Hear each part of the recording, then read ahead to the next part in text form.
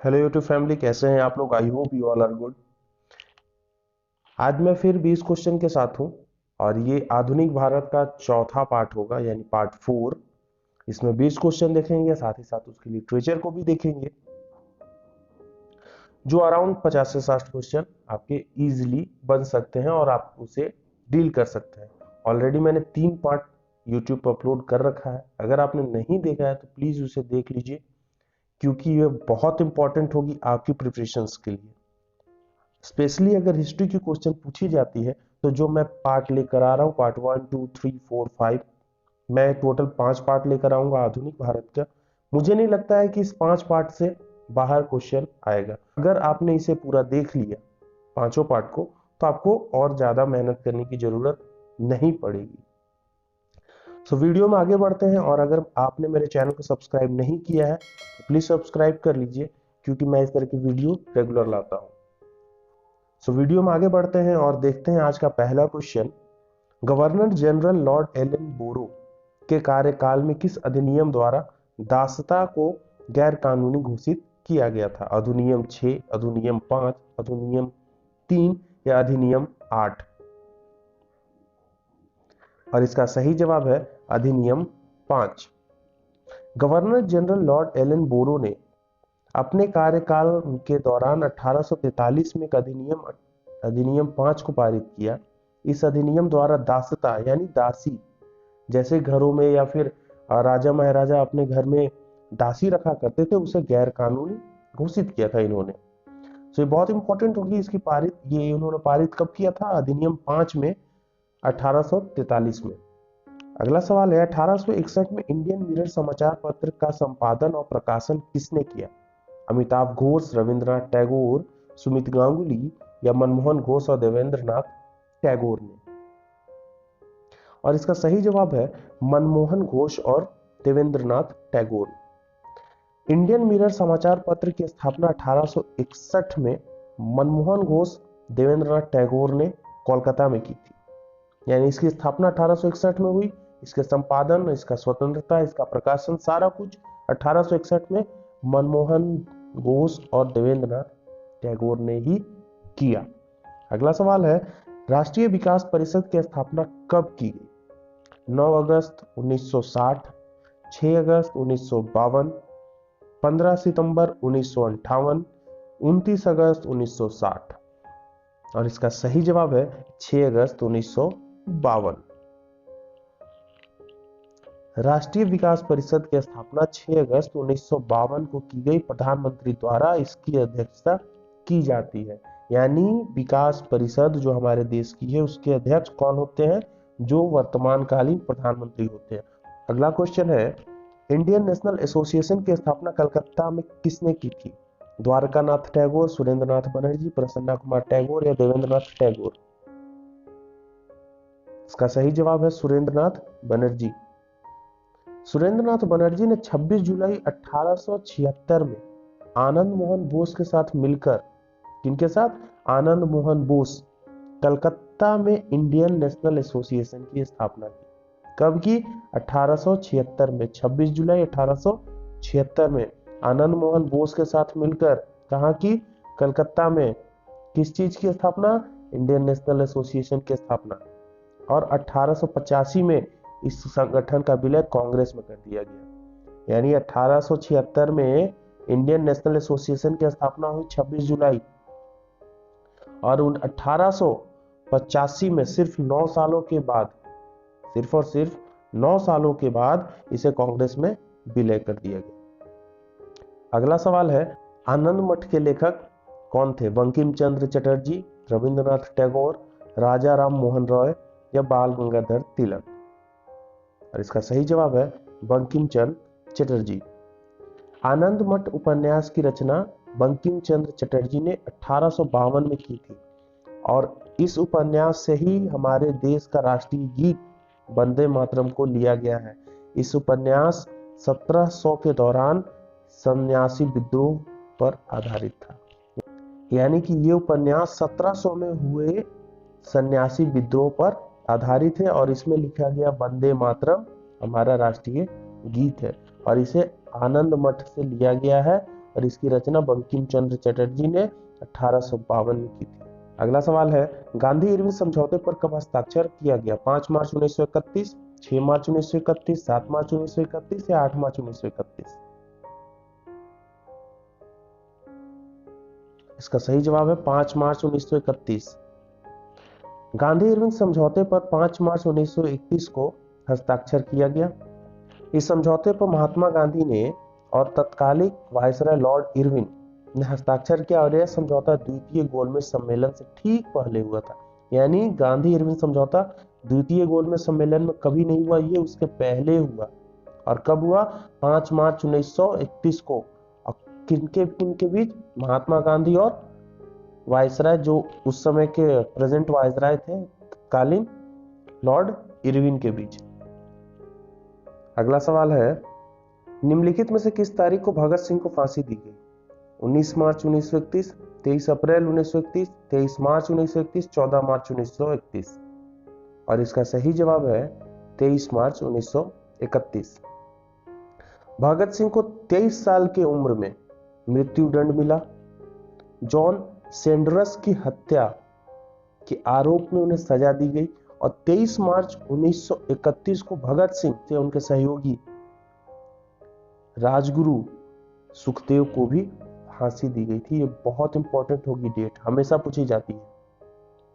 अगला सवाल है, कांग्रेस के कराची अधिवेशन 1931 की अध्यक्षता किसने की?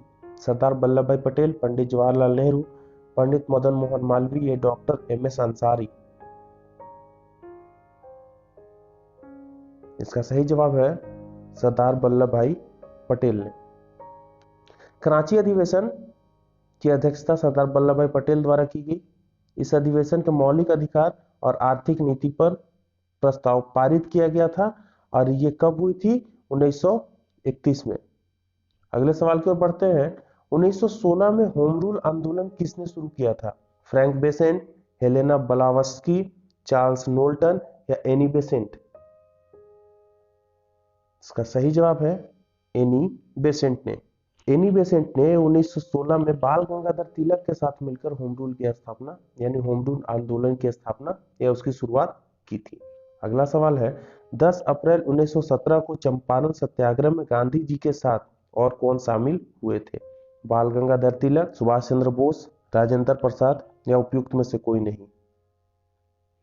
इसका सही जवाब है राजेंद्र प्रसाद।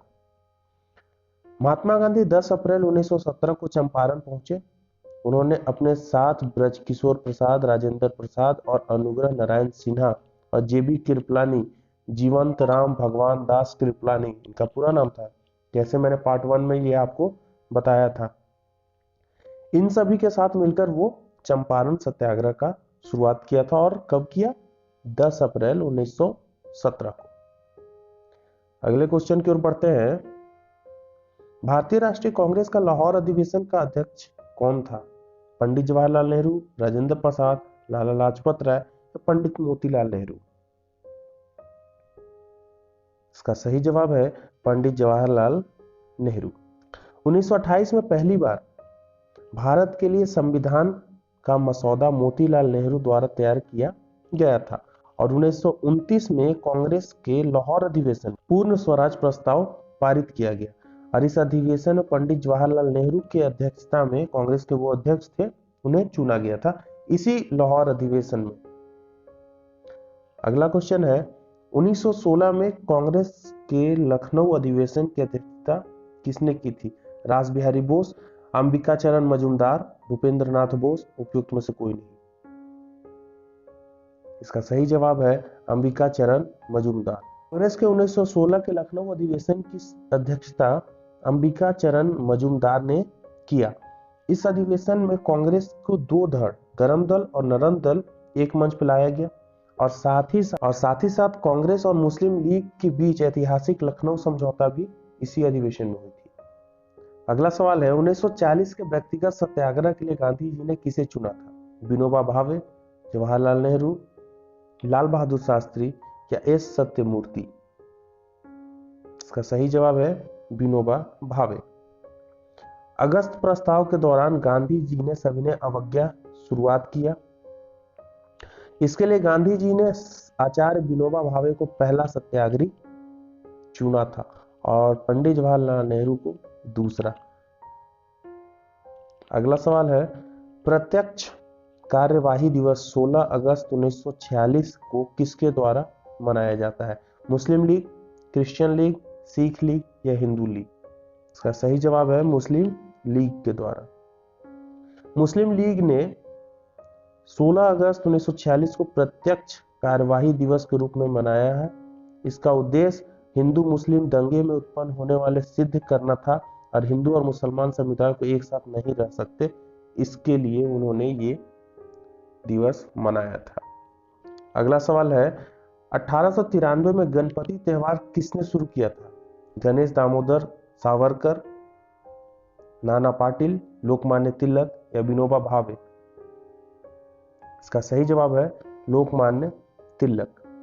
बाल गंगाधर तिलक ने वर्ष 1893 में गणपति उत्सव की शुरुआत की और धीरे धीरे पूरे महाराष्ट्र में यह त्योहार पूरे देश में मनाया जाने लगा और पूरे हर्षोल्लास से यह त्योहार मनाया जाता है। यानी इसकी शुरुआत बाल गंगाधर तिलक ने 1893 ईस्वी में किया था। अगला सवाल है, वर्नाकुलर प्रेस एक्ट किसके द्वारा शुरू किया गया? Sir Ashley Eden, Alexander John Arbuthnot, Lord Lytton या लॉर्ड स्टैनले? इसका सही जवाब है लॉर्ड लिटन ने। भारत में देसी प्रेस पर प्रतिबंध लगाने के लिए लॉर्ड लिटन ने 1878 में वर्नाकुलर प्रेस अधिनियम पारित किया। इस अधिनियम के द्वारा राष्ट्रवादी खबर सोम प्रकाश पर सबसे पहले प्रतिबंध लगाया गया, क्योंकि उस वक्त के समय सोम प्रकाश एक ऐसा अखबार हुआ करता था जो हमारे देश के हो रहे जितने भी काम थे या जितने भी आंदोलन थे उसे वो उजागर कर लोगों को बताता था। अगले सवाल की ओर बढ़ते हैं। 1907 में कांग्रेस के सूरत अधिवेशन की अध्यक्षता किसने की? दादा भाई नौरोजी, गोपाल कृष्ण गोखले, पंडित मदन मोहन मालवीय, रास बिहारी बोस? इसका सही जवाब है रास बिहारी बोस ने। रास बिहारी बोस कांग्रेस के सूरत अधिवेशन की अध्यक्षता की थी। इस अधिवेशन में कांग्रेस का विभाजन नरम दल और गरम दल में हो गया था। अगला सवाल है, मद्रास लेबर यूनियन की स्थापना किसने की थी? सुबोध बनर्जी, बीपी वाडिया, लाला लाजपत राय या भारत भूषण पांडे ने? इसका सही जवाब है BP Wadia. Madras labour union Bharat का पहला पंजीकृत था, यानी first registration Madras labour union का ही हुआ था हमारे देश में। इसकी स्थापना बीपी वाडिया ने और वी कल्याण सुंदरम के साथ मिलकर किया था। और आखिरी सवाल है, भारत का पहला पंजीकृत ट्रेड यूनियन कौन सा था? हिंदू मजदूर सभा, भारतीय मजदूर संघ, Madras labour union, United trade union Congress? इसका सही जवाब है मद्रास लेबर यूनियन, जिसके बारे में हमने अभी लास्ट क्वेश्चन में पढ़ा था, यानी पहला पंजीकृत ट्रेड यूनियन था ये। इसकी स्थापना कब हुई? बीपी वाडिया ने की 1918 में और वी कल्याण सुंदरम के साथ मिलकर। तो इस तरीके से हम लोगों ने 20 क्वेश्चन देखा है और इसके लिटरेचर को मिलाकर करीब से करीब 50 से 60 ऐसे क्वेश्चन बनते हैं जो बहुत इंपॉर्टेंट होगी, क्योंकि एक ही टॉपिक से बहुत सारे सवाल पूछे जा रहे हैं आज के एग्जाम्स में। सो आपने अगर इस वीडियो को पूरा नहीं देखा है तो प्लीज पूरा देखिए और उसे नोट डाउन कीजिए और उन सभी दोस्तों के साथ शेयर कीजिए जिनके लिए इंपॉर्टेंट हो सकती है। और अगर आप मेरे चैनल पर नए हो तो प्लीज मेरे चैनल को सब्सक्राइब कर लीजिए, क्योंकि मुझे उससे मोटिवेशन मिलती है, मैं इस तरह की वीडियो रेगुलर लाता हूं। तो मिलते हैं हम लोग अपने नेक्स्ट पार्ट में, यानी पार्ट नंबर 5। तब तक के लिए stay safe, stay healthy. Thank you.